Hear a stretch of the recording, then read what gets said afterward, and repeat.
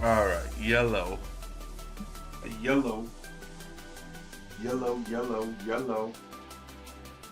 You people hear me? If you can hear me, I'm gonna go get some soda real quick. Give me 2 seconds. 2 more seconds. I'll go top off my drink, and then we'll be right back. We'll get into things, okay? Give me 2 seconds.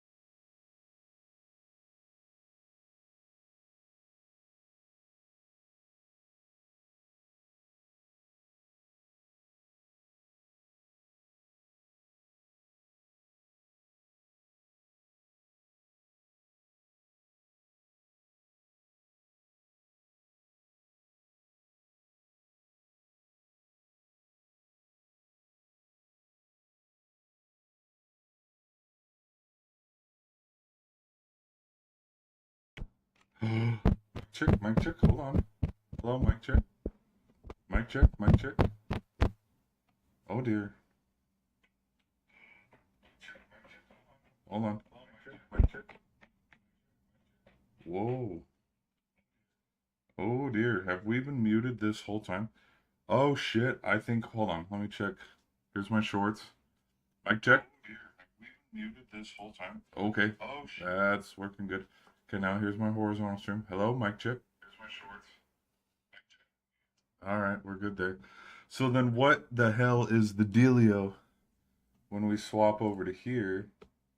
Hey, hey, hey, hey, I'm trying to talk to you. Hey.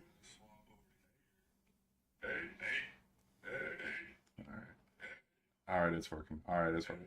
Jeez, I was freaking. Again, my microphone, I move it slightly, and then sometimes I look at the buffer thing down here, because I have a little like my little mixer thing just to make sure the audio is coming through. But like sometimes when it's not coming through, I panic just a little bit. No, but all right, enough yapping. I'm glad you guys are here. Let's get into this. This is going to be my official reaction, where we can talk for the next half hour, next hour, and I'm gonna go over some scenes. I'm gonna go over my thoughts and reactions to the movie. I'm gonna go over some things that I predicted that were right, some things that I predicted that were wrong, and changes. Like if I were to have directed this film, here is what I would have changed, and here are some of the differences that I would have made. I'm going to go over that. I'm going to do that because, again, that's what we've done in the past when we've talked about movies and done movie reviews. I mean, shit, we've made 3-hour streams out of 2-minute trailers. You know what I mean? Like that's what it is. Like we've done that before. We've been there. We've done that. So let's get into it. So the first thing that pissed me off personally, that I was super disappointed with, and again, with how it might be cropped, people on the shorts end, if you don't like how the proportions are, hop over to the horizontal stream where you can see the full screen and you can see what I can see. But the thing that really, one of the things that got me at the very beginning was the opening montage. And it's something that people were talking about, and it's something that everybody's been like, "Oh my gosh, this is one of the best opening montages in a Spider-Man film. It's the best one." And it's like, all right. Yes, it's one of the better ones. It's one of the best ones. Still, to like this day, and this is my own personal opinion, as much flack and as much shit as we give to TASM 2, it had the best opening scene. Like after, it goes down, screen goes to black, and then all of a sudden you just hear the horns, and like he's just free falling, and you see the Spider-Man logo, and like the screen widens out, and he's like free falling. That's badass. That is the best opening. Like that's the best. That's the best opening scene to a Spider film, and that I've seen recently. Because I mean, this opening scene, there were a lot of good moments. The movie technically speaking, it opens with him sewing. Technically speaking, like but opening montage of opening montage. This one, it's up there. It's up there. I would say it's probably second best or third best. I'd have to rewatch Spider-Man 2 because truthfully, there are a couple things like it's been a minute since I've seen some of those Spider-Man films. But one thing that I predicted, where I kind of like hung my hat on it, where it's like I effing knew it, is these scenes. What a freaking waste. And I mean to say that respectfully, because with the pacing of how this film went, a lot of the pacing was and then, like when we go into the second act, you can tell when it goes to the second act. When it's going to the third act, you can tell it's going to the third act. Like, and funny enough, what kind of sets the tone for Kate, without somebody coming across the screen going, "This is Act 2, this is Act 3." It's literally the establishing shot of Spider-Man swinging in.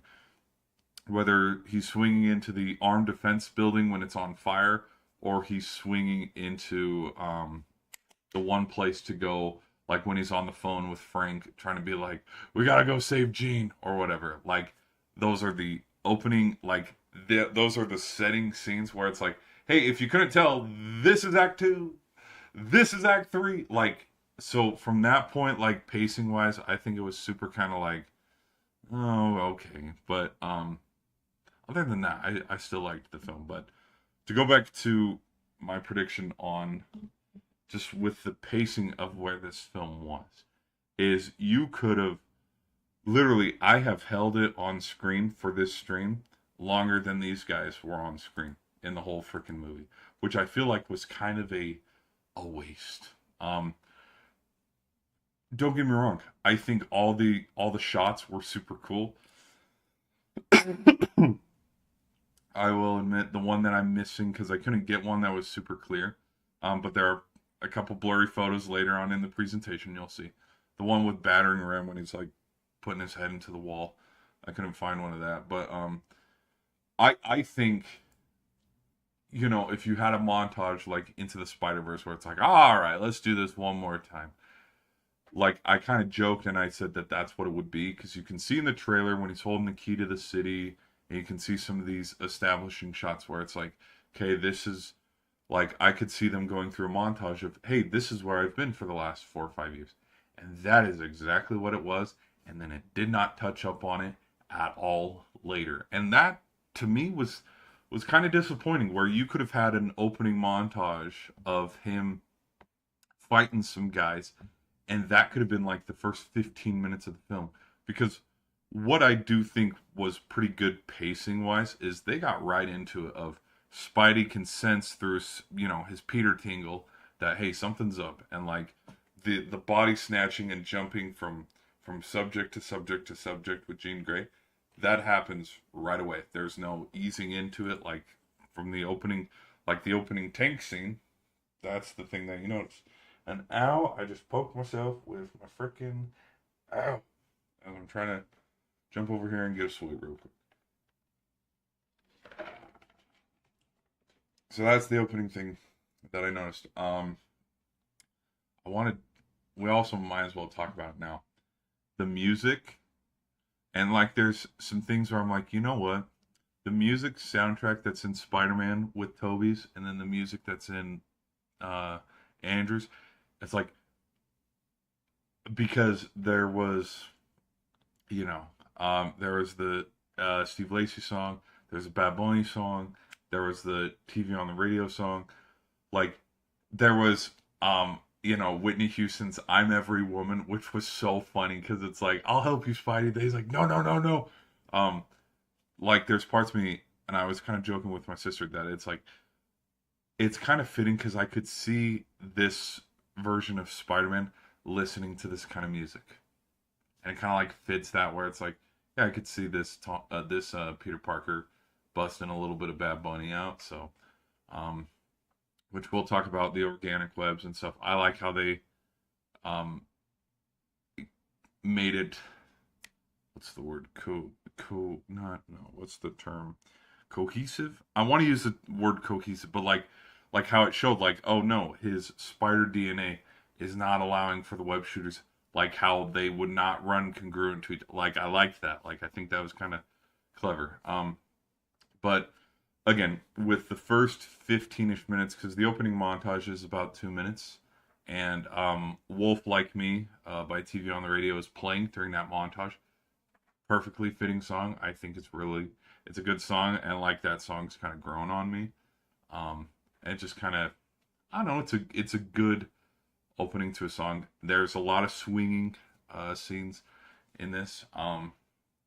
But what kind of disappointed me is, if you wanted to, like, they did the perfect thing for making it a montage, but just with how quick the montage was, and like a whole year had passed or just some time had passed, but with like how quickly the scenes were, where it jump, where, oh, we're in the winter, now we're in the spring, now we're in the winter again.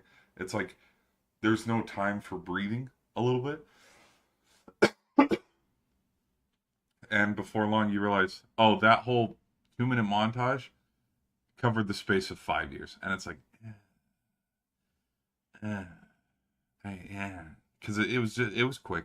But like, if you wanted to pace some things out, and you wanted to make this kind of like a bounty hunter type thing where you keep it ground level, friendly neighbor style, because I saw some complaints with the cop and him talking to DeWolf, and her kind of being a reoccurring character.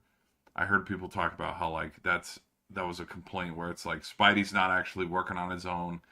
He's always looking for help or whatever, and it's like in all the other Spider-Mans, he's always talked to the cops. So I had no problem with that. But like, you could literally you could have an establishing shot of like, all right, Spidey, we need your help getting some of these guys, and like for the first 15ish minutes, okay, let's go get Tombstone. Okay, let's go get Boomerang. Okay, let's go get Scorpion. Okay, let's go get Tarantula.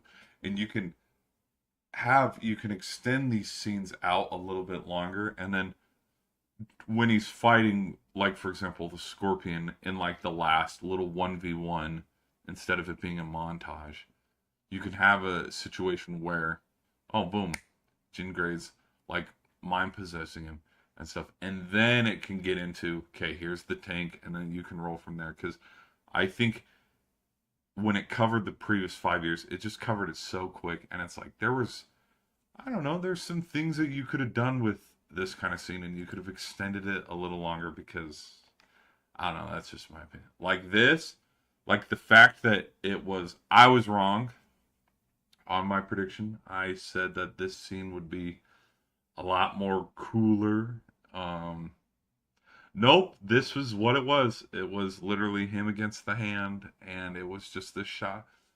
There's nobody like the Hulk flying in from the bottom or the Punisher. Nope, just him.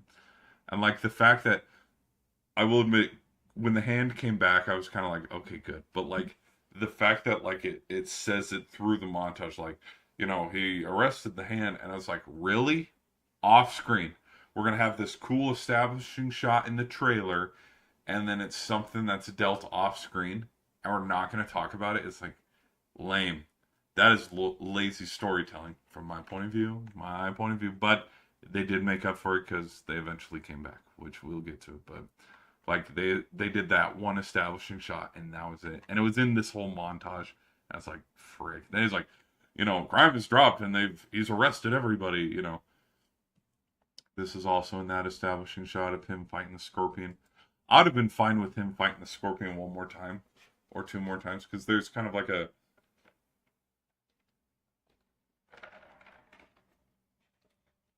this can be a movie where it's like, okay, we lock up the bad guys, but then they got out, like Gotham or something, where it's like, somehow the Penguin escaped again. We'll come back to this.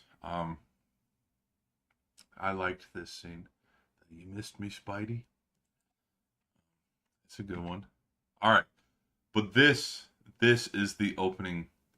This is the opening establishing shot.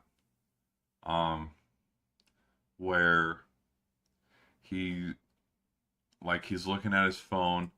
He's missing, and that's the other thing too that kind of like tells the passage of time, is Ned's haircut and like his facial hair, which I did think that was kind of funny. Whereas like, we just got into MIT, and then by the end, because it shows him in the background talking, I was like, man, these 4 years went by so quick. Like the legendary lunch fight, or blah blah this, blah blah that, and like it shows Peter getting into his apartment, and like that whole montage ends with like a spider web up in the corner and like a spider crawling. Like I thought that little touch was kind of cool. But like he checks up on Ned's profile like here and there, and it kind of shows the passage of time, but like not really, because it's like, okay, you slap you trim a haircut here and there, you slap a beard on to show the passage of time, but it didn't feel like a passage of time. Versus when it showed clips from No Way Home and some of the flashbacks to now, and it's like, whoa, yeah, Tom Holland, literally, they have all grown up, which, yeah, they're 4 years older, 5 years older since the previous movie. But yeah, this was the opening establishing shot, which was super cool. Like to just show them upside down, hanging around. Um, we'll get there. We'll get there. Anything else to say about this scene? I think I have it somewhere down. Oh, I have it down here. Okay, we'll move it right here. This scene happens later because there are two scenes that look like they like. Believe it or not, these scenes are not simultaneously. They happen different. Like there's different drop points. Column drop, just because he drops in. He drops in, and he's swinging around. One of them is when he tries to go stop the tank, and the other one is to start the movie. I believe this one is the one that starts the movie with the opening montage. But the one where this one, oh my freaking gosh, because like I like when you have all the music and the score building up, and then it just goes silent, and then you can just kind of hear the wind, and then it like zooms in on the face, and you can hear the wind just flapping by. Personally, what I would have done is I would have held the scene just a little bit longer, because like you could feel it, and it's kind of cool. Like I got some goosebumps when like he jumped, and like it held the scene for like 2 seconds. Hold the scene a little longer, yeah, it would have been a lot cooler. But so the opening scene happens.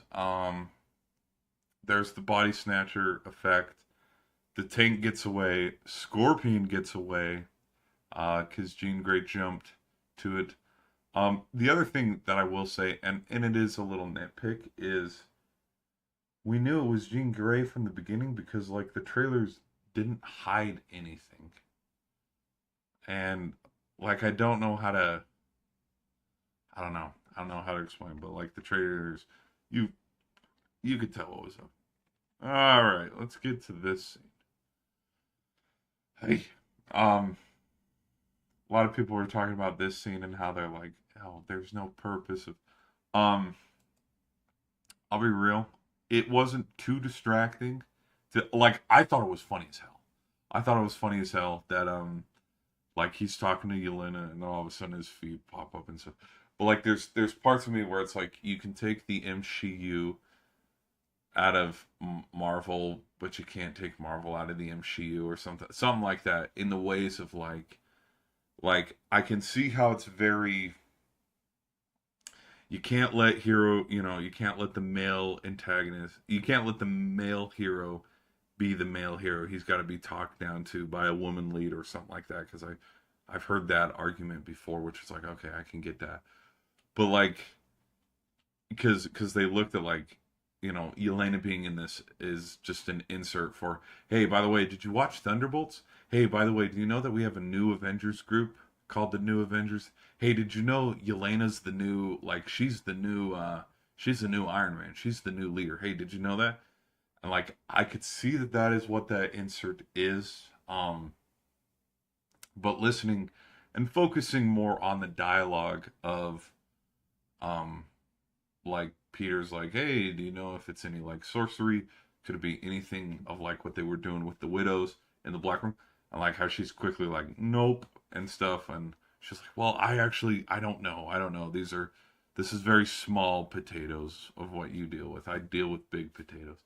Like I thought it was kind of funny. Like the jokes were kind of funny, and I didn't look at it from the approach of like, oh, we got to emasculate a character here and tear him down. Like I think it was funny. I think it was funny.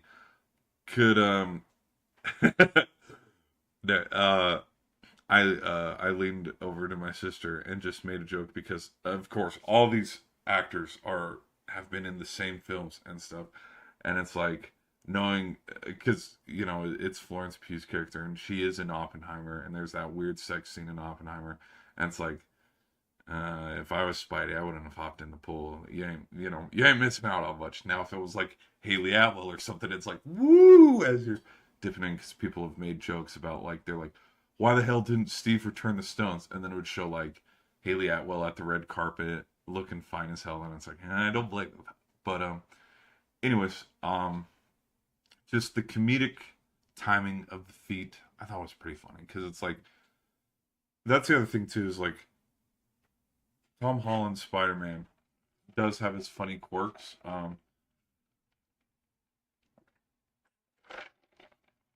Like I feel like his Spider-Man and Andrew's are a lot more funnier than Toby's. Toby's feels like super serious.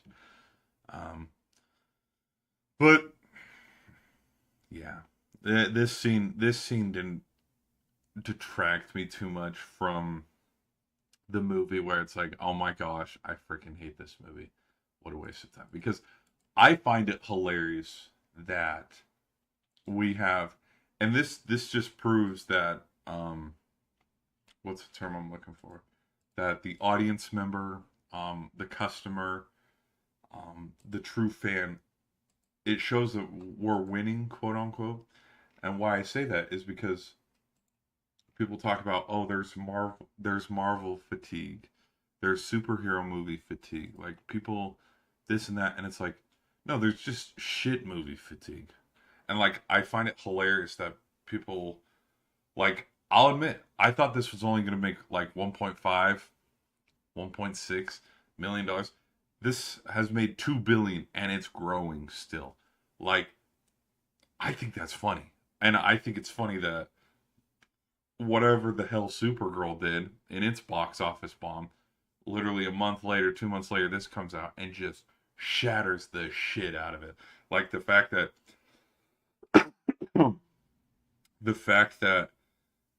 Supergirl and Superman combined didn't even hold a light to what Spider-Man made in its opening night, I find fucking hilarious, because it just shows, like, if you respect the fan and like make an actual decent film. Because here's the thing too, I thought this was a decent film, and if I'm going to compare it to uh Corn Sweat and James Gunn's Superman, this movie is better, like much better. Like I think Corn Sweat has the charm to be a good Superman, but like the writing behind it is awful.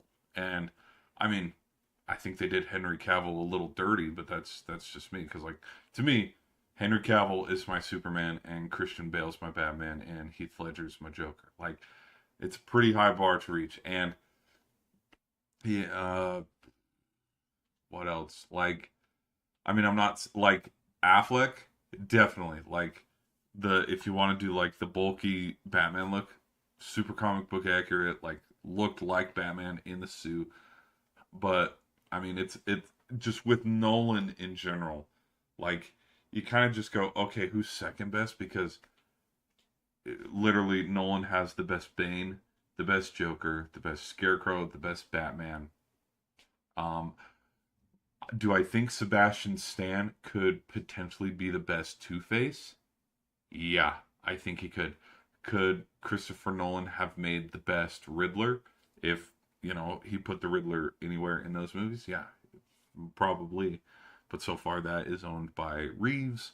Um, I do like Robert Pattinson's Batman. Because again, it's like wasn't around, wasn't alive during Michael Keaton's or Val Kilmer's, because those were like late 80s, early 90s. And so it's like, hey, when you're 10 or whatever, whenever Dark Knight comes out, it's like, hey, that's my Batman right there. But yeah, yeah. I find it hilarious that this Spider-Man blew all those records. You know, sorry if you can't tell, I'm coming down with something. Um, I think it's funny that it set all those records, blew everything out of the water, and then it's like everybody's like, "Oh shit, maybe superhero movies are still back," and it's like, "Yeah, fuck yeah, we like them."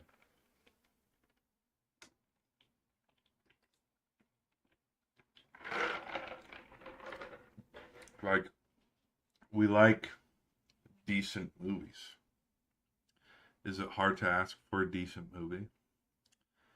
Compelling stories with a heroic figure that is relatable, goes through a normal hero's journey, doesn't talk down to the audience or try to preach to the audience. What else? There's like just The basics of the basics. Yeah. Sorry, I got my face. I'm gonna be taking a lot of drinks too, just because freaking I gotta keep my voice box good.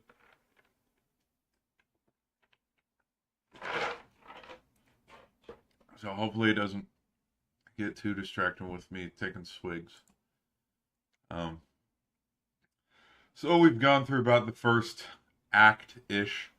I thought it was kind of funny too, and I liked it, and it kind of felt like a video game in a way of he's in his Spider-Man suit a lot. Um, and he's just walking around in broad daylight in the Spider-Man suit, like he goes to the Department of Defense place, which I knew from the jump. I knew from the jump that that dude was bad. I talked about it in the trailer, where I was like, this trailer is very misleading in the way of like this guy could be posed as a bad guy when like we know, okay, Sadie Sink's character is probably the bad guy, you know, quote unquote. Oh, we'll get there. But you just when you compare box office numbers, you know what? I think I also know it outperformed. I know for a fact it outperformed the Odyssey, but now combining the Odyssey, Supergirl, Obsession, and the Backrooms, I don't I don't think it I don't think it did that. But because like I saw somewhere and I heard through the grapevine, through nerd culture and stuff that Spider-Man Brand New Days opening weekend, and maybe that what the stat was, is it did so well, and considering the records that it has broken, it is very easy to make that comparison, that it did do better than um Obsession, Backrooms, He-Man, Supergirl. I feel like I'm missing one more. What was the other movie that came out this year? And I'm not talking like Iron Lung or Project Hail Mary. Um, and the Odyssey. Like they talk, or maybe it's Star Wars, The Mandalorian and Grogu. Yes, that one. Where all those five movies combined, minus the Odyssey, it's like Spider-Man did better than all five of those combined in the opening weekend, and it's like, yeah, that's what happens. And truthfully, too, Obsession, Project Hail Mary, like they freaking. I don't think they beat Disney, but like they took their lunch by making a better movie. Because I didn't. I don't know people who went and saw Mandalorian and Grogu. I know I didn't. I was like, I'm good. I'm a little busy right now. Maybe later, but I never eventually got to it. Okay, let's get into, because we got this and we got this and we got one more down here. Oh wait. Yes, we'll get into it. Okay, all right. Now, so there's the party. Oh yeah, the Tame Impala song too. I definitely think this Peter Parker would listen to Tame Impala. Definitely. Because again, I think the music fit the movie. Like it did. It surprisingly really well. Um, now, um, so he's doing his dailies or weeklies because again, like he goes to the flower shop, like, and I can't tell, is this a daily thing he does? Is this like a weekly or monthly thing he does? Because like the montage, like it goes through the montage, but then it like breaks into the montage of showing like him going through the process. And well, when he's out and about, he sees Ned, and then he's chewing down on his sub or whatever. He's still on the phone with the cop, the commissioner, and then he's like, "Hey, I'll call you back." And then like he ends up following Ned. And then he shows up to the party, and then he sees which I laughed because I thought it was super funny, and it was very, like, I think these kind of payoffs in movies, especially when you've been now 4 movies deep into the series, like the payoff of Ned being like, so I've tried to track it down to these two people, and they flips it up, and it's Flash and then the teacher. Like, I think that shit's hilarious. Like that kind of comedy and joke payoff from like if I'm being honest, you don't get a payoff like that in Fantastic Four.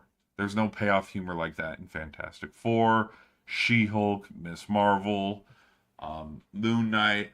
Like if they try to pay off and make jokes and crack wise ones in Doomsday, it's gonna fall flat. Versus it just being said offhanded, and it's funny as shit because it's like, look, we know they're not Spider-Man, but like considering that Ned has forgotten who Peter is and doesn't know Spider-Man's identity, it makes sense, which makes it even funnier when he flips it up and just the comedic timing of, and I trace it down to these two people, and it's like, okay, sure.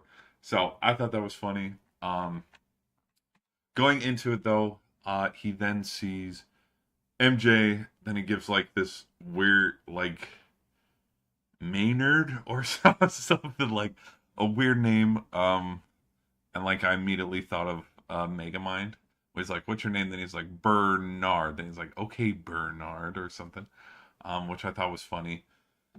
He immediately, um, and then from there, like he sees MJ kiss, her boyfriend, and then he's like shutting down. They have the scene where he's running on the rooftop. It's raining. Let me pull it up because it's in the trailer.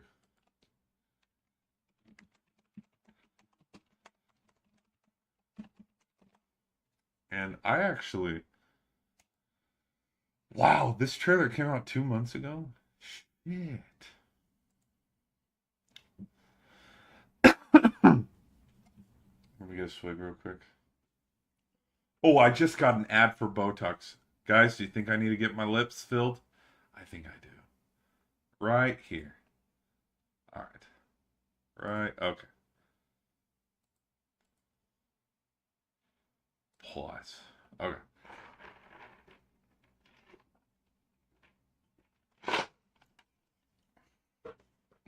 Bum. Bum bum bum bum bum.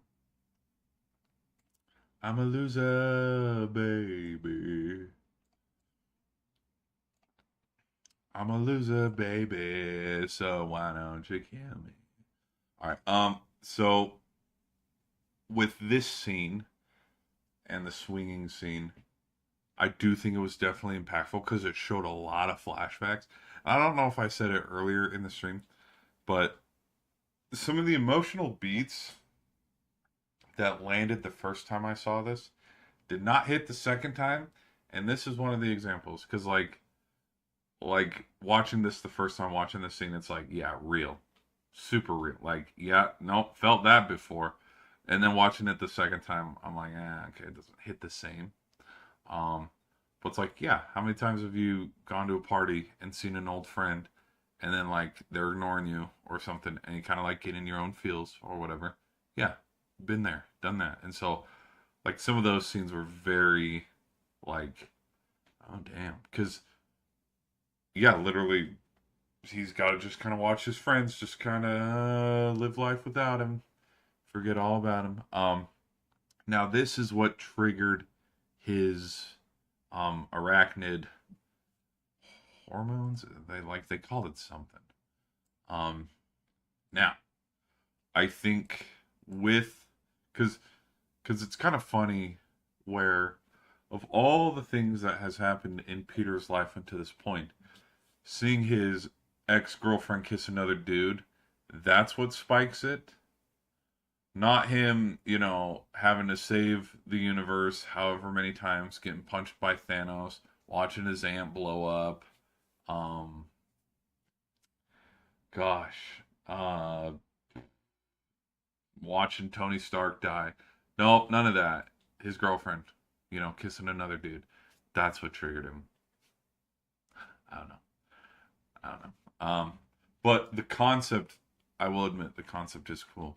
Now, where I think where I would have made a little bit of a difference and a little bit of a tweak, because again, there were a whole bunch of other things that could have triggered, like his arachnid DNA coming out and being more prevalent, because that is a point in the film, and that's a MacGuffin that follows through of like how he stabilizes his arachnid emotions, because And I did like the point, and this is a little bit of a spoiler, but how later in the film when Jean Grey is like, you should honestly write a letter to yourself because you're forgetting who you are. Like, boom. That, because I think, like, if they took the step and the approach, and it's something that I kind of predicted, and it's what I would have done, is Man Spider. Have him start to deform a little bit in the ways of, like, we've pulled up the image.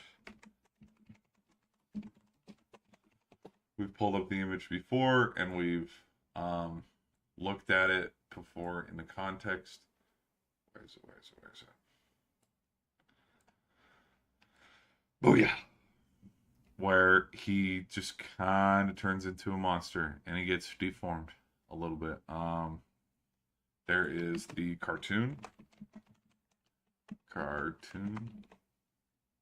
Now, a lot of people, myself included, thought that this is what was going to happen.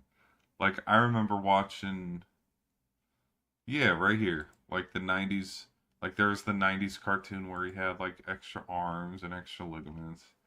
Um, I think, it would have definitely been interesting, and you could have done something cool in this, and what would have made it gripping. That's a very interesting term and word to use, but have him, after his arachnid senses get triggered with MJ, get into those nightmare scenarios, get into those, and whether you do it through the technicality of switching the lens, so there's like a different lens filter, you can switch up the aspect ratio. Like, these are like stupid lame, like, okay, your budget's $0. You could do different sequences. Um, for example, freaking no, where hold on, where the hell? Um, oh, dude, I'm thinking of this off the dome. Let me do. Okay, where the frick is? Um,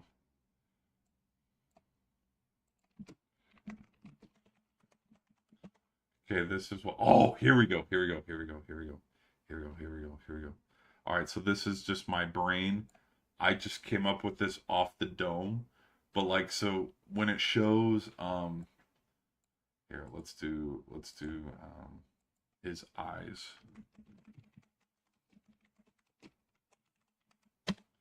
So in the movie, there's a handful of scenes where it shows his eyes change. They go into this red and black tint. Okay, so I'm thinking of like night vision, but like with a red lens. Okay, so like underneath a sub or something. Like, I'm trying to get like the visualization of, like, you could have a scene where it shows him looking like this, or like you see a point of view like this, and like you could do like a rush effect where the sides are like going like super fast or something, where it's like super blurry, and like things are like stretching and stuff because like his spidey senses are peaked. What's the also the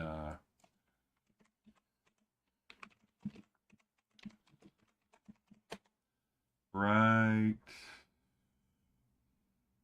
a little bit, not this where it's when he has his spidey sense against Doctor Doom.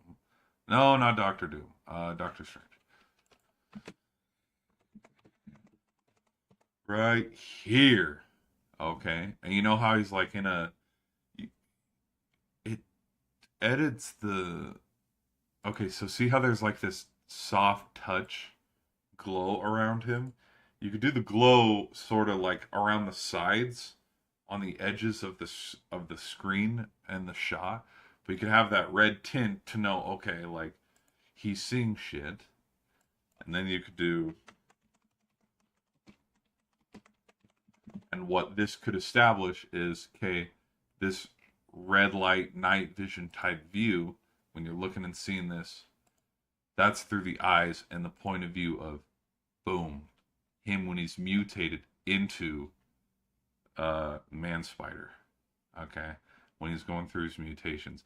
And what we think, and what like he thinks, because again, he thinks, and I think this could be a cool reveal at the very end, is he thinks he's dreaming it because he thinks it's a nightmare. Because at first he just passes out. Like it shows him passing out and falling asleep after right here, because he swings. There's the orchestral music piece that was really good with it, but it shows him passing out, and then you could have, because it goes into a flashback scene. Because I liked when it did that. Like it did a couple flashback scenes. But then you have this where it just kind of like goes from black screen to like zoom in to kind of like red scene with the like the tint to kind of like establish, and like it's like a first person view to establish, okay, this is what he's seeing. And then you can have an establishing shot of like him jumping around and stuff, already mutated as the man spider. I like how it's edited. It feels like a dream and it feels like a nightmare. But then when he comes to it and he comes out of it later, he has no recollection of it. And like, oh, okay, that was a weird ass dream. But then later down the line and stuff, because you have it happen a handful of times throughout, and then come back to it here, and that's what this scene could be, is after he catches Scorpion's, tail, and you see his eyes freak out, you can watch him morph in real time, and then you realize, well, unless you need to be spoon-fed it a little more, oh shit, all these times, because you'll have the nightmare sequence like 2 or 3 more times, maybe 2 to play it safe, to keep the pacing rolling along. But like the first time could be is just him swinging or climbing or sprinting through the city, and then people just being scared. People just being scared shitless and running from him. Or you could have the cops turn on him and start to like open fire. And then after he's been shot a couple times in that like first person view, like it just kind of like it blinks as if he's blinking, and then just goes black. And then he wakes up in the morning, but like he doesn't see any bullet holes because it's like, oh, he got shot in one of the extra arms or something like that. But you have these situations where when his arachnid DNA spikes, he has the dream, nightmare vision sequences, but then when it comes to there after he's facing Scorpion right here, boom, that's the realization that you realize, oh, it wasn't a dream. It was actually him losing and being caught in the subconscious. Because there's themes of like fighting monsters, with the Hulk and stuff, and who's the other one? Like the Hulk has an alter ego. Spider-Man sort of has an alter ego a little bit. Like you could have that sequence. Like I think that payoff would have been a whole lot cooler. But it was really simple. It wasn't. They did not explore into that at all. They stayed far, far away from it. I would have dived right into it. I said I thought they weren't brave enough to do it, and they weren't. Would they have done that maybe in peak MCU? Probably. If they wanted to rush Tom Holland's Peter Parker arc, they could have done something like that, but they decided to stay away. All right. Let's get into the Punisher being in this film. I liked it. I thought it was actually pretty fine. I thought what I kind of liked is I liked the bickering between both of them and how they keep bringing up Staten Island. I thought that was kind of funny, where he takes MJ back and like they're talking about Staten Island. Then he's like, you tell me, like, am I, does this count? And like they're going back and forth. And then they just stop because they're both interrupting each other. Then he's like, anybody want chili? I thought that was kind of funny. With how, because his opening shot is him running Spider-Man over. And then Spider-Man does a swing, like he kicks him out of the vehicle. Um, and it like to me, I like how like them joking about like Staten Island and stuff. Like I like how that's like you don't need to spoon feed like, hey, do you remember and like show establishing shots of how they met. Like the relationship's already there. I liked that aspect. And I don't think he took up too much screen time, and I don't think he distracted. If when you want to look at two sides of the maybe the same coin, people look at Elena's character being in this, and the whole "Welcome to my office" scene. People look at this scene as a distraction, and it's like, oh, why'd she need to be in the movie and come back because she was shown one more time after that, like when they're on the FaceTime through the scope thing, and she's like, "Oh, the lonely man has friends." I thought that was kind of funny. But people say her character doesn't need to be in this film versus the Punisher's character, where it's like it's not a distraction. I don't know. I don't know. His character does have a little bit more responsibility in regards to I mean, his little hideout is where MJ hangs out for a little chunk of the movie. I know I have all these sequences like way, way, way out of order. Um, but I thought his character was fine. Which when we get to there is and it is the end, and I will warn you guys about the spoilers when it does happen. There's something that I think they could have done with his character, and this is just my own personal, again, kind of like with the man spider approach. It's something I would have done in regards to leaving on a cliffhanger, but we will get there. All right, the Hulk being in this movie, I liked how like and with just because I've forgotten. I'll be honest. Yeah, Universal. I think Universal still does own um majority of the Hulk stakes, but he can still be in Marvel movies, which means he can still be in Disney movies. But the primary shareholder is kind of like Sony, how Marvel and Sony share Spider-Man, Universal and Marvel share Spider-Man. And like there's parts of me, and I have said it, the Hulk needs to have a freaking movie.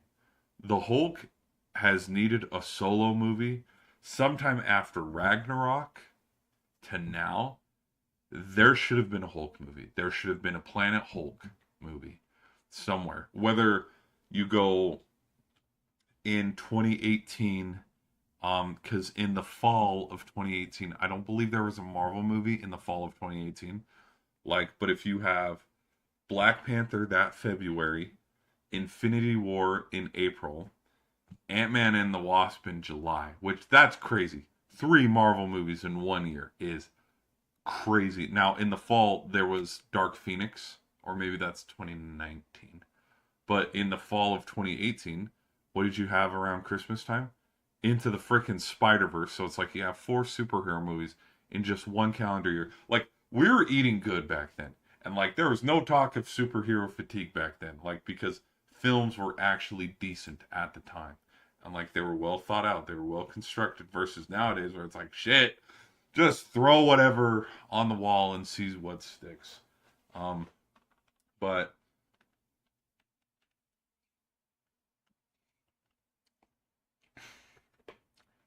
kind of from my approach of you should have done the Black Widow, you should have done the Black Widow movie before Civil War or right after Civil War, but before Homecoming. You should have done the World War Hulk or the Planet Hulk movie. You should have done it right after Ragnarok. And what would it have been about? It would have been about him being a gladiator. And I'm not the first person to think this. Like it's been talked about and it's been theorized, but like you could have that be literally from him leaving. Um, was it Sokovia? Like in Avengers: Age of Ultron, like him leaving Earth and like everything that transpired through Civil War and like him being away from the Avengers. That is where that movie should have taken place. Whether it showed after Infinity War or before Infinity War, It could have been a prequel or a sequel to. It would have had to be a prequel to Ragnarok because of how Ragnarok ends. But they should have freaking made that movie, and they never did. And if they make a Hulk movie now, I'm not even freaking interested because they're gonna butcher his character because it's like look at what Sony and like this proves that like on the inside, this proves the difference between storytelling. Um, sorry, I just had to make sure that my audio was still good. This shows the storytelling, um, and how Sony would have dealt with Hulk versus Disney, Marvel, because you look at all the projects. Like I thought Smart Hulk was fine, um, in Endgame. I didn't have a problem with it, but like from there, like super nerfed. But then like you look and see Savage Hulk, it's like, dude, we haven't seen this freaking version of the Hulk in how long? Like it's been a freaking minute. And so I thought that was cool. Um and that's not to say that Smart Hulk wasn't fun, but like it literally showed the difference because he gets into the building and like Smart Hulk is there talking to him. And he's like, "You're not gonna stop," and then he's like, "No, but he might," you know. And like you can see, but then he gets back to Bruce Banner, but then he grows into Savage Hulk, and he just gets that much bigger and that much angrier. Like it shows how much like they've just failed. That's all I can think of is just freaking they took his character and just ran him through the shitter because like the way he's dealt with in She-Hulk is just bullshit, and you know it is. Um, which I haven't even wasted my time watching it, but just seeing clips and watching people's reaction, it's like yeah, it's totally like it's the freaking Hulk. Not only is it the freaking Hulk, it's the fucking Hulk. Like Hulk, Spider Man, Wolverine, Ghost Rider, Mr. Fantastic. I'm trying to think. Like this was bread and butter for Stanley in Stanley's heyday. Where it's like, dude, the Hulk is literally one of the best fucking superheroes out there. But no, he's just got to throw rocks around and do yoga and all that shit. And it's like, oh my gosh. Which lovely how they continued any story plot from She-Hulk. Yeah, no. Which the jokes of, um, of Doctor Doom, like, because they've joked about how if they did another Deadpool movie, it should be about him just wiping out everybody from Phase Four, um, or Doctor Doom just wiping out everybody from Phase Four. Um, but no, just freaking you don't making a Hulk movie should not be hard. Making a Spider-Man, Superman, Batman, like making the staple of staple movies should not be hard. Could an Iron Man movie be hard and difficult? Yeah, here and there if you're not being smart. A Blade movie. That's the other thing that's pissed me off too. Blade could have been in this movie. It would have been interesting. Blade versus the Hand. That's an interesting aspect. But it's like just like with the casting of Emily Blunt and John Krasinski for Mr. and Mrs. Fantastic back in that whole 2018, 2017 era right after Thor Ragnarok is like they literally could have made these movies, but they chose not to. And like that's where after seeing this Hulk, because this version of Hulk and like watching him like evolve into the Hulk, and he's like, no girl, it's not the girl, no Banner, no girl, you know, only Hulk, and like he just then turns into Savage Hulk. Badass. Like that is a badass scene. The way like it shows like Spider-Man like webbing the Hulk and then webbing the Punisher, and there's that like slow motion of them like rotating around in the room. That's a cool scene. Him grabbing the shocker thing to try to punch Hulk, but then Hulk countering. Super cool. Like there are so many cool scenes, and it just shows. Oh, the Hulk clap. That was fun. It just shows that they could have made a Hulk movie, but and it's like notice how like and you can compare it to the Thunderbolts, and you can compare it to Fantastic Four. Any other previous Marvel movie? But it's like, notice how when it's not just Disney Marvel, but like you have other implications, like other studios involved, like Fox, even though Fox doesn't exist with, the X-Men. Notice how Deadpool and Wolverine, fantastic movie, made $1 billion. It was fine. It was a love letter to the fans. But then, once you get rid of that and it's just strictly Disney Marvel, it's like crap, crap, mega crap. But then when you get to Sony Marvel and you make a Spider-Man film, like the reverence behind it is like, okay, you made a decent film again, and it's like this movie kicked Fantastic Four's ass and the Thunderbolts' ass, and night and day, took their lunch money, and the numbers like Thunderbolts didn't compare, and Fantastic Four didn't compare because nobody gives a crap. Anyways, that's just my opinion. All right, moving on. Oh, this scene, this freaking scene. I hated this scene. Real.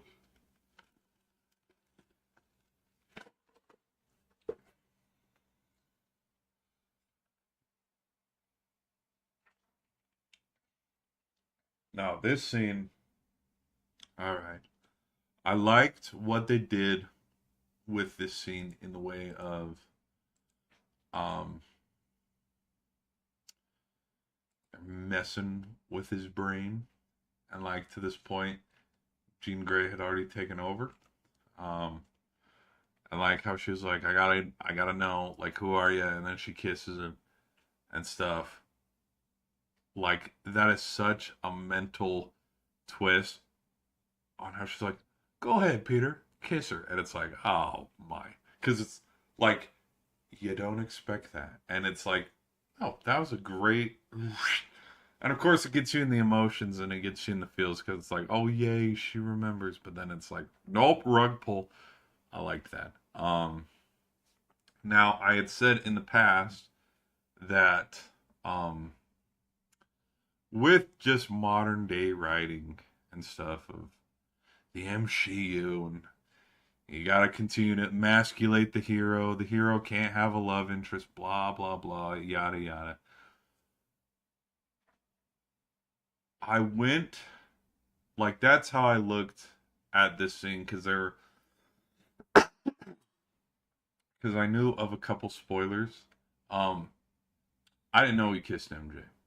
I did not know that. I thought it was just going to be a she doesn't remember him, so she doesn't love him kind of thing.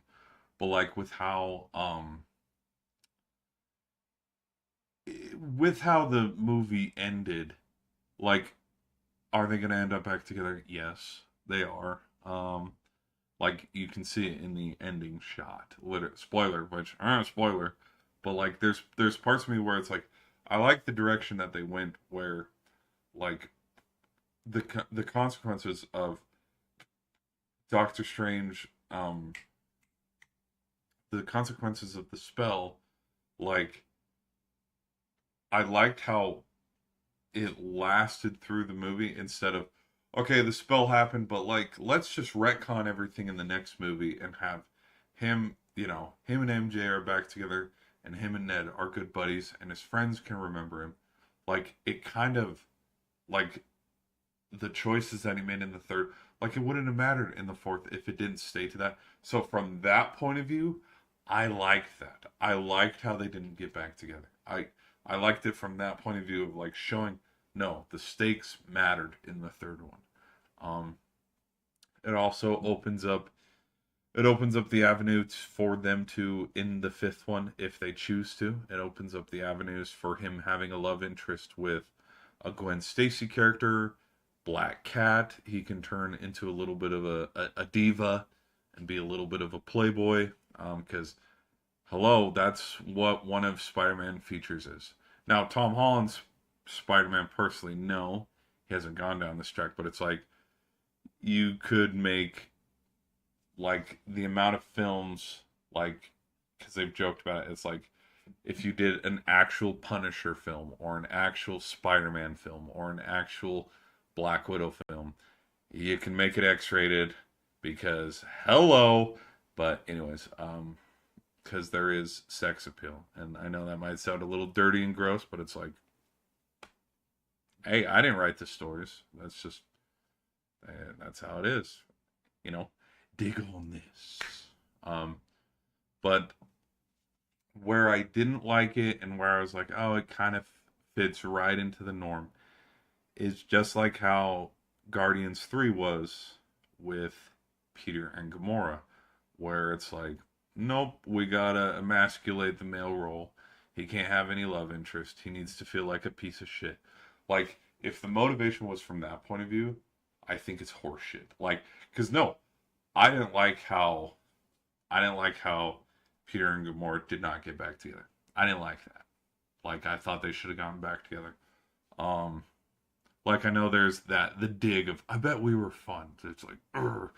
But like it at the time, and with where storytelling was in 2023, with pop culture and the MCU and everything, like it fit right in. And it's like, well, okay, because again, that's how they were writing films at that time. And like I've talked about it in a stream before, like there's this thing called an intimacy coordinator where the second you notice it, you can't unnotice it, is people don't they don't kiss anymore on screen. Some movies they do. I mean, like with this one, for hell's sakes, yeah, no, they do kiss. They kiss right there on, they kiss there on the roof, but they do this little the head the head tilt when they touch foreheads and stuff. Which what it, it's something where like no affection can be shown. Like the male character cannot have a love interest, and it's someone somewhere found like the text deep within. Well, these are how our movies are going to be made because there's a whole, which they were talking about. One complaint I saw with this, with like female empowerment, complained about like how Peter later in the film had to bring him to MJ. Hey, by the way, when she kissed me, I didn't know it was you. I just thought I'd let you know. Like people looked at that scene and they're like, yeah, that's such a feminist, approach with them having to bring it up. Do I think it was distracting? No. Do I think it should have been brought up?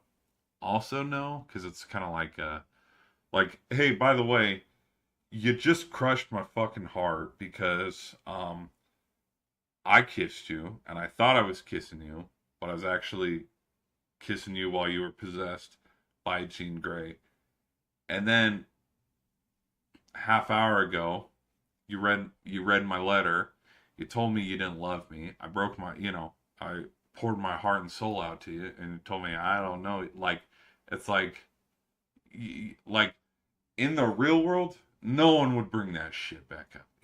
But again, this isn't the real world. This is a Spider-Man film. Like from that approach, it kind of made no sense. Same with when you want to look at it from that approach too. Like if MJ doesn't like Peter, she wouldn't have invited him upstairs to talk to Ned, and for them to build Legos, and for him to be like, "Man, this is the most fun I've had in years."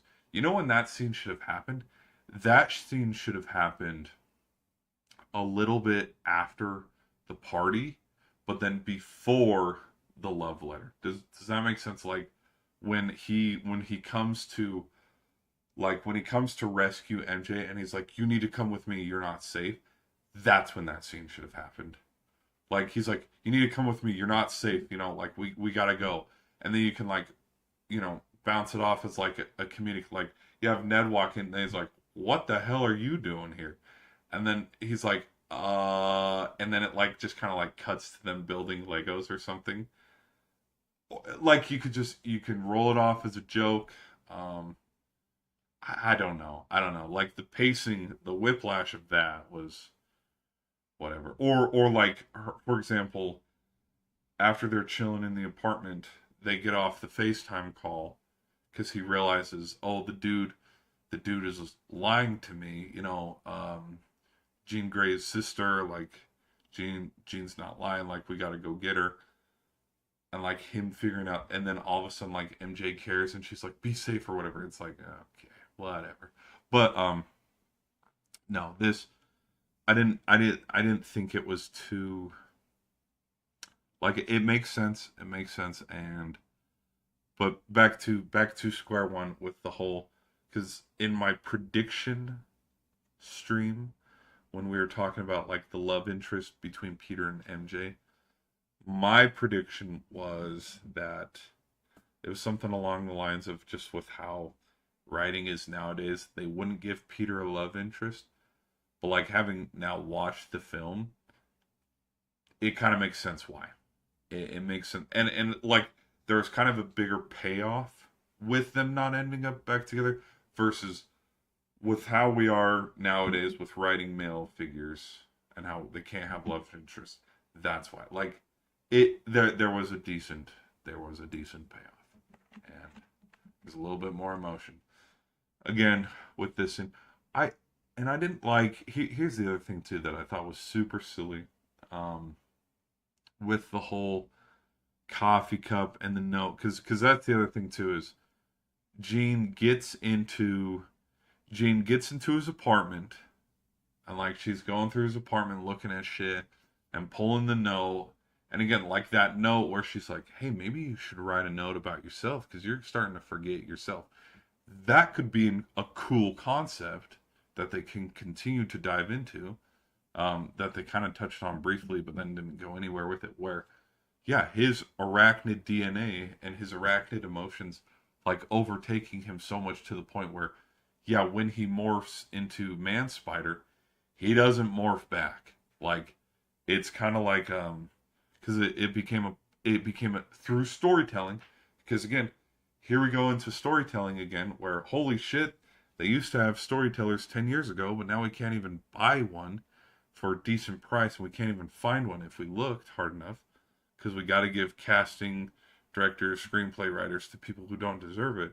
But it's like the Hulk, the freaking story arc of the Hulk in the MCU now.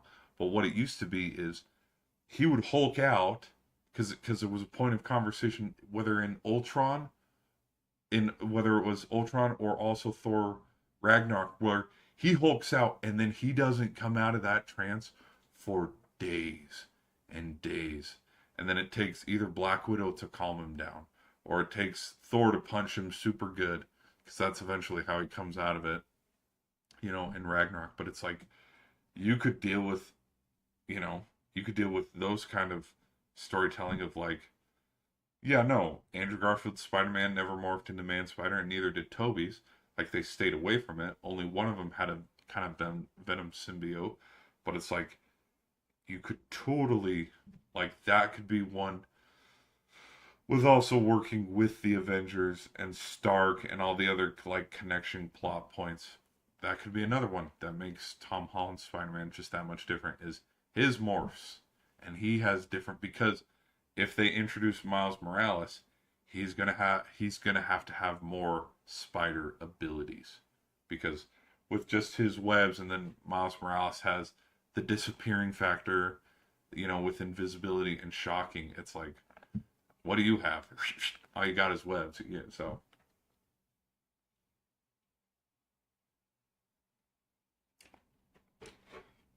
that's that's just my point. But back to the whole letter. She finds the letter. She throws herself off the building as MJ. He catches her. This dude, because she's in a car, um, pulls up, and this dude hands him the letter back. And like, he holds on to the letter. Like, I think the letter, just like the suppressor thing, got so much to the point of a MacGuffin, where it's like, yeah, if you only bring one thing with you through the whole duration of the movie, and it's that effing letter, yeah, she's gonna find it, because you didn't store it away, you didn't keep it hidden, you just left it out there for her to go find. And from a storytelling point, it kind of felt forced. It felt very forced on, okay, we need to talk about this right now, versus You could have a scene where it would come organically when he's fixing his mask and he does has his mask off, but then he puts his mask back on when um MJ comes around.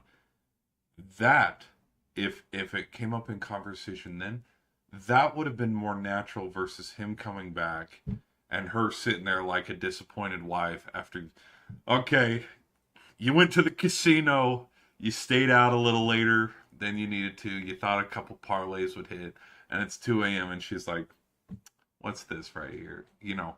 Versus that, because it was very tone, like it was a tone shift. Another comparison I could think of is in the Michael Jackson movie when there's all this music going and then he closes his fridge and then boom, his dad's right there just staring at you're gonna fire me? Your own blood? So I don't know, just the conversation needed to happen, and I liked that it happened because it touched on the emotional beats, and like there was more genuineness in it, and that's the other thing, like with them. Oh, of course they wouldn't give the male character a love interest. There's explanation behind it. Like she's talking like, I don't remember you, and it's like that makes more sense, and there's more like actual what's the term? What's like believability versus nope. Nowadays that's just we have a strong woman lead. She can be Miss Independent. She don't need no love interest.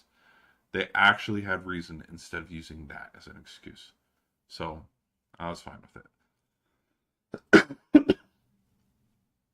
Other than that, yeah, conversation was it could have happened a little smoother, but I'm fine with it. And then freaking the oh hey by the way I don't have my phone. Can you swing me back home? I would have yeah. It's like oh fuck you, go walk. No, all right. Now for the worst kept secret in this whole movie, and this should surprise absolutely nobody. Uh, Sadie Sink's character is Jean Grey. Spoilers. This surprise absolutely. Drum roll, please.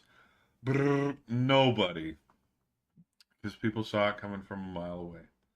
Um, I don't know whether I was lied to, um, but what I saw, and maybe I was it Chris Gore. It was probably Chris Gore with Film Threat. It was either Film Threat or it was as. But the thing that they talked about is so Jean Grey and Cyclops in the comics have kids. And so I thought that's who I thought she was. And like in my theory video and my prediction video, that is what I brought up is it's like I've heard which character she is, but I'm not going to spoil it because I watched their review in like a live stream when they were talking about it. And so I was like, "Oh, that would make sense." Where again, people through the trailers and with prediction videos from day one they said she's Jean Grey. She's Jean Grey. From day one, that's what she was saying. But I noticed that nobody sent any, hey, don't be spoiling this. Nobody, took any videos down or gave anybody strikes.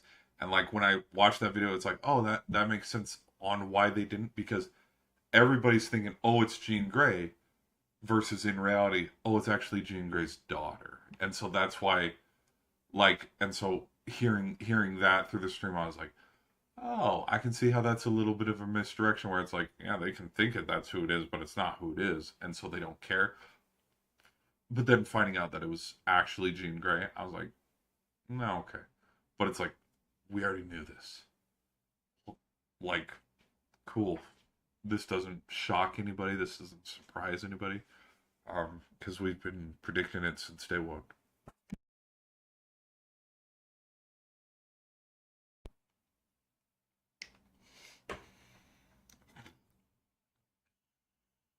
All right. All right. Here we go. Mic check. Mic check.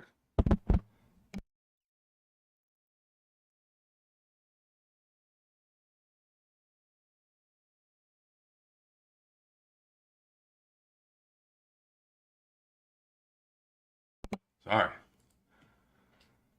All right. So, but I think Sadie Sink did a good job with the character of Jean Grey. I think she's a good actress. I liked her in Stranger Things, obviously, duh. I thought she was fine in The Whale. I think she was fine in this. Um, I don't think, truthfully, I think they cast her, yes, because she's a redhead. Like, I will say that. Because that was another argument that I saw through the nerd culture in the hemisphere of like they casted her because she was popular at the time. And like that was one of the big arguments that people were making on if they casted her just for popularity reasons, then they're already off to a bad start because it's like you could have cast someone else that was much more qualified, but you wanted that younger audience, that Gen Z, the TikTok, like, oh, we love her from Stranger Things. Let's have the Stranger Thing fans on board. When it's like you could make a totally like look at it from the approach of Indy Neverett with Obsession. Like, I didn't know her from any other movies other than Obsession, and so like, and now she's gonna be Rogue. So it's like, wow, all right, that's pretty impressive. Um, so that did big numbers for her. Which we could also, I mean, we could touch up on the X-Men cast if we want to. Let's touch up on the X-Men cast. Let's touch up on the X-Men cast later in the stream because I do have some reactions to the X-Men cast.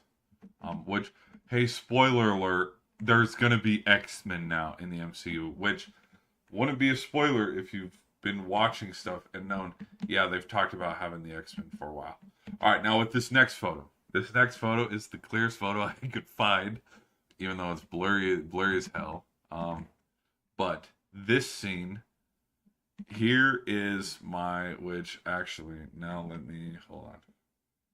I gotta do something real quick. Let me look at one. Oh, I missed a couple. Okay, we gotta move. We gotta move this up. We gotta move this up. What am I doing? Such a freaking rookie. Okay. All right, back to. All right, here we go. All right, my bad. All right, let's get into it. Okay. Spoiling it. Okay, spoiler warning. Okay. So now we come to this scene. All right, so once this scene is going on, here's something that I didn't understand too. Just with the pacing and where we were at storytelling now. At this point of view, Jean Grey has half of Manhattan like stuck and frozen in a trance. But within the same prison confines, at the Department of Defense building, which they are in, they're not frozen, which kind of made me go, huh? How the hell are they not frozen? But the rest of her, like, splash radius with, like, the mind control, everybody else is frozen, but these guys aren't. It's like, huh? But, like, you see through, like, the monologuing, she's talking to him through the hand. Because, like, Peter's trying to explain. And again, like how I was talking about earlier in the stream, where it's like, ooh, now you can tell they're into Act 2, and oh, now you can tell they're going into Act 3. Like, when he's swinging and they're, like, on the phone, or you can even go before that with, like, him swinging back and then him talking to MJ and her being like, I don't love you. And, like, that could be the start of Act 3. But if not that, then definitely when he's heading over to the building and talking to Frank on the phone, it's like, oh, I can tell this movie's got 30 more minutes, or oh, we're in the closing act, because like just with the pacing of the film, it's like, where the hell's the movie gonna go from here? Like, you can tell the movie's wrapping up, which the pacing wise in that aspect, I think it was all right. It wasn't crazy, but it was all right. All right, now here we go. I thought this was super cool. His spider powers of like him like crossing the webs and like making the spider web tornado was super cool. Because that was something that was talked about. People talked about how there were a lot of moves, and they said if you are a fan of the Spider-Man video games, you're going to love this movie. I personally have not played the Insomniac games, but the only Spider-Man move I know was the one when he's fighting Scorpion in this one, and he's talking about like what's going on with me. I can't control my powers, and like he jumps up and then like webs down.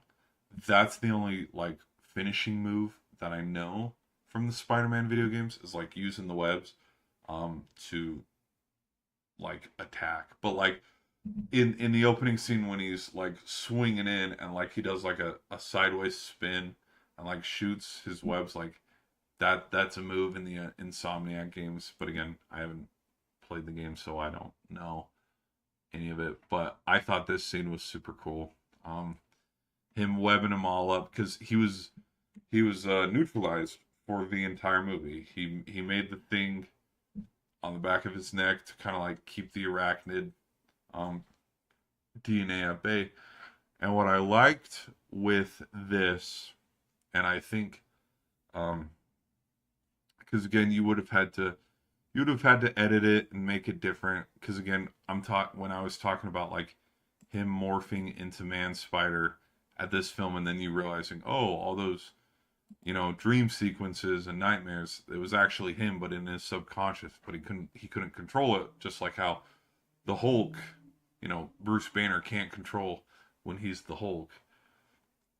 That's what this scene could have been. Is he takes he stabilizes himself so he doesn't have, and he realizes, oh, the nightmares are going away, But then like him taking it off, like I liked that.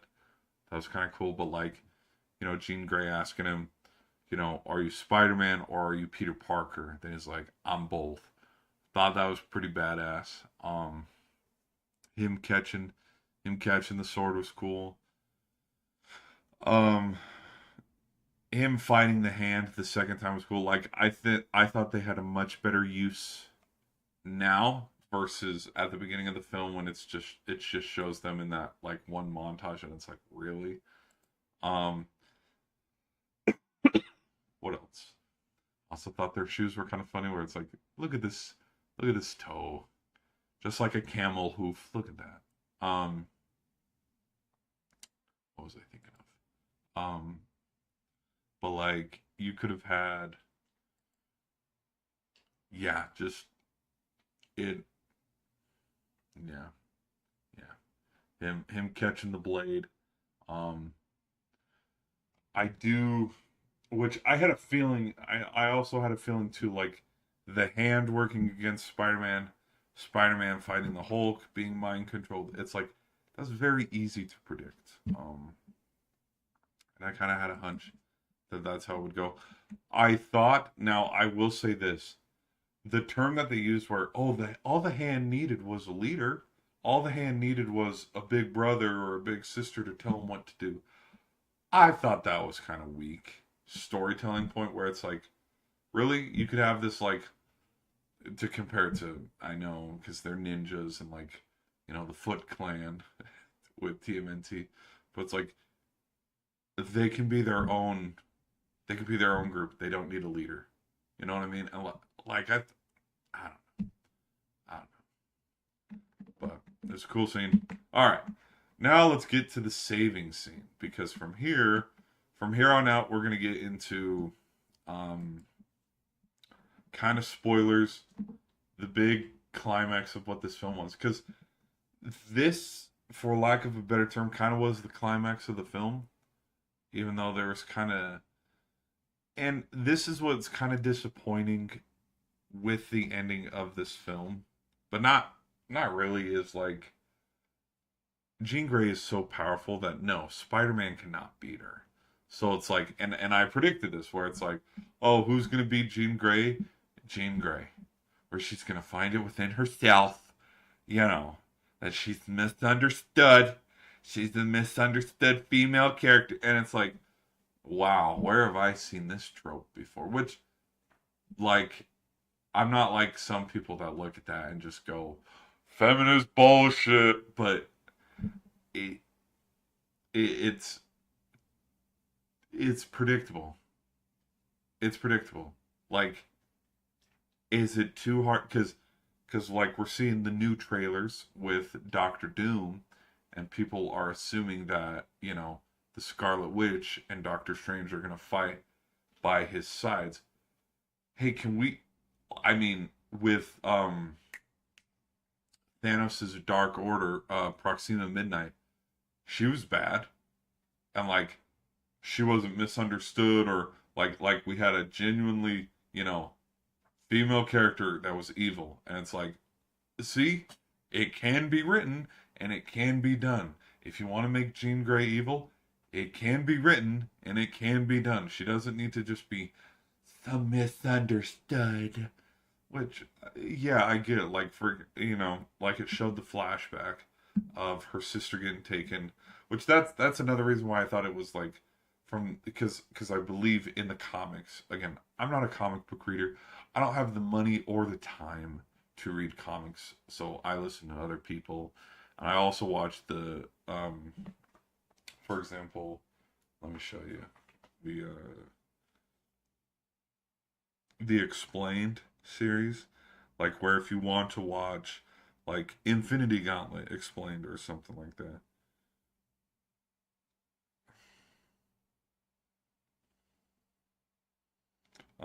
What's the channel?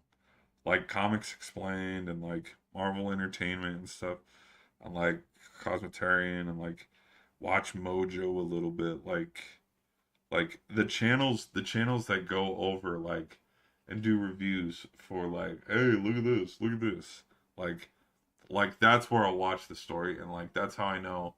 Oh, I've shown you.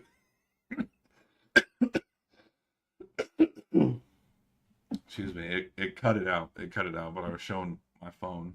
Um, the like that's how I know that the spider, like the Venom symbiote, is on Spider-Man in Secret War, like that, like those kind of little things. So in the comics, I believe like there is Jean Grey and Cyclops. They have daughters, and so that's another reason why I thought that that's who Sadie Sink's character was. Because the other thing that did get spoiled to me, but I didn't understand the context of it, is the sister. Because that got spoiled. That got spoiled a little after the movie came out. Of how, yeah, Jean Grey has a sister, and then it's like, oh, and so when there was like that vault, I was like, oh, the sister's in there. She wasn't. And like the whole VMAX thing, like, um, it is what it is. Um, I just kind of knowing that spoiler didn't ruin the film. It didn't No, it didn't ruin the film, but like there just kind of was easy to predict in the ways of, you just look at the levels of power that like the characters have. Punisher ain't taking her out. Spider-Man's not taking her out, and it's like we literally saw Fantastic Four, and like who defeated Galactus? Uh the Invisible Woman and the Silver Surfer, by pushing him back into, and it's like, huh? So who would have? And like in they didn't did they defeat Sentry in like Thunderbolts? I don't even remember. All I know is that like there's a big group hug, and it's like, huh? So I wonder when they have to destabilize Jean Grey and beat her, I wonder who beats her. Oh, it's herself, because she like looks inward. It's like that was very predictable, and from that approach, that is what's selfish. Well, no, not selfish. That's what's kind of like infuriating and lazy from the storytelling point of view. And what would be selfish of me is that's where I've come up with a different ending. and this is my personal ending because I think it would be a cool construct, which we'll get to it. So, Punisher's setting up. He shoots. There's a cool scene between them because it was kind of established at the beginning of the film too that Jean tries to like manipulate and jump into Peter's mind, but she can't. And so she's like, "I got nobody." Then he's like, "You got me." Like that's cool. Like I like it from that point of view of like, you know what, shit. If Spider-Man and Jean Grey have a love interest, I'm fine with that. Like, because there's something where like storytelling in that aspect of like, because people have already started to theorize that, which whatever. But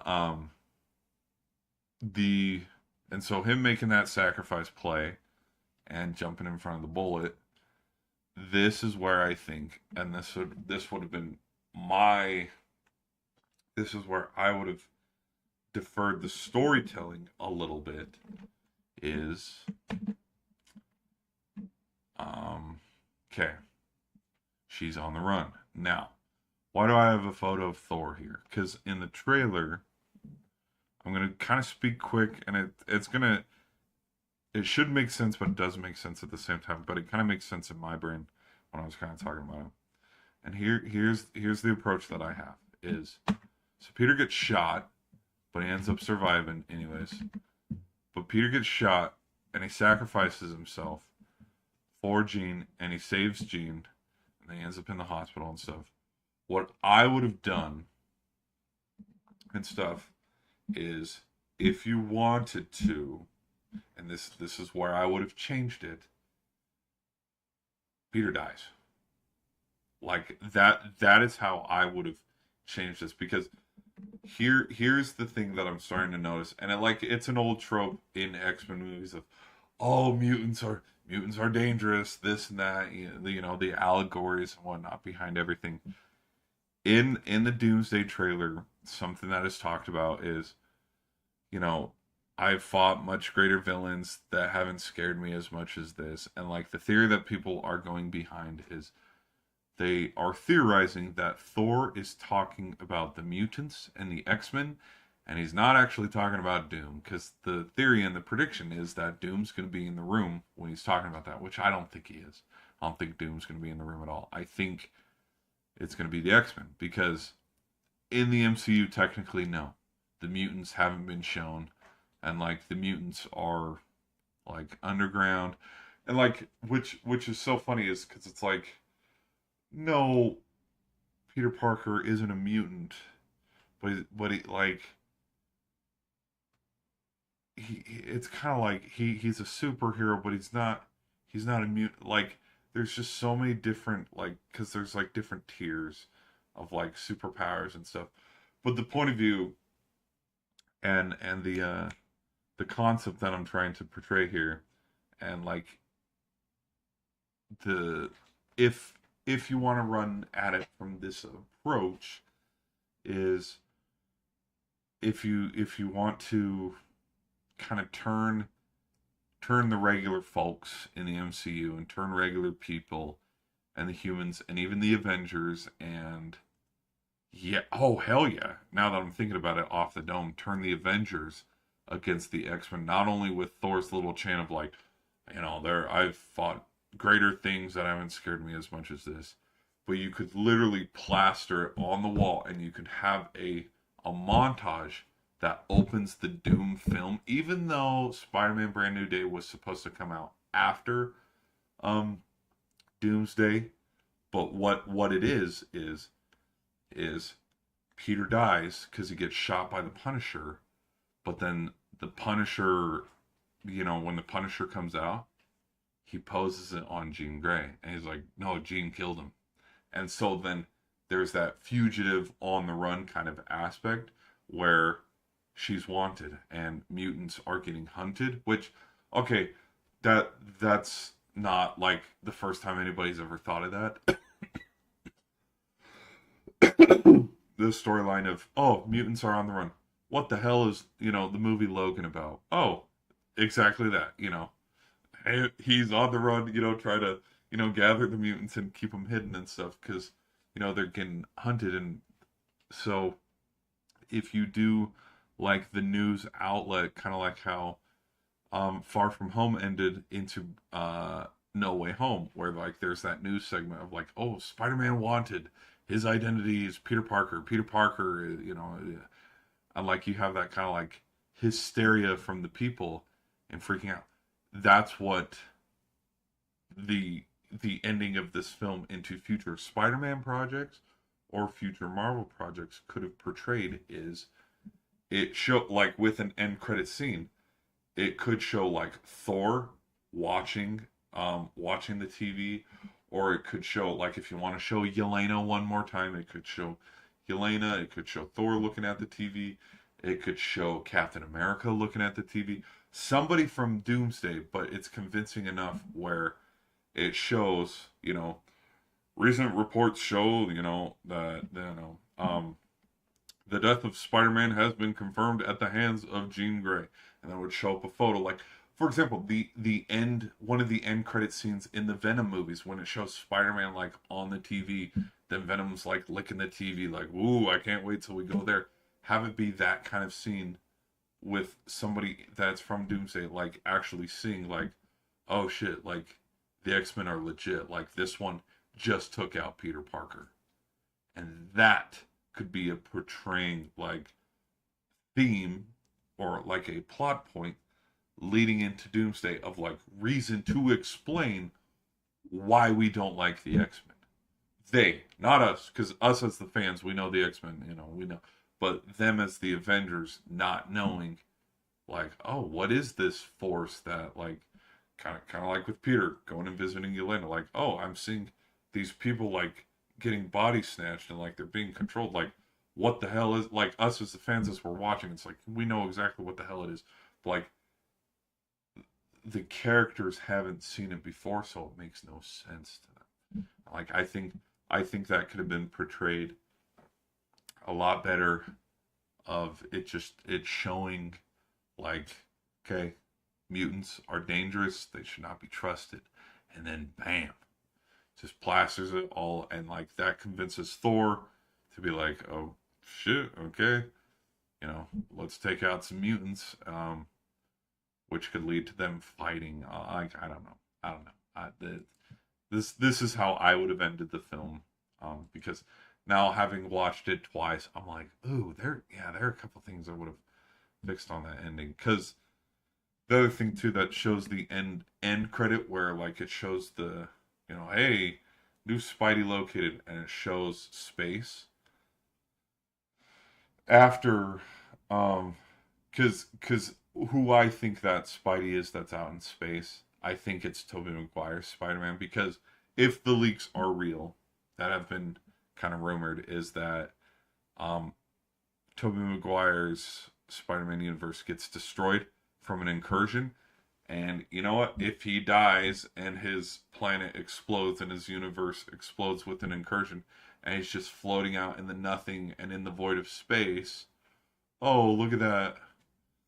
A Venom symbiote finds him as he's floating out in space doing absolutely jack shit, and then boom, he turns into Spider-Man with the. Or I've seen other theories where people think it's Miles Morales glitching out, which I'd be fine with that too. Because I think Miles Morales is going to be in the next Spider-Man film. I think him. I also think Ned is going to turn into Hobgoblin. I'm still hammering that.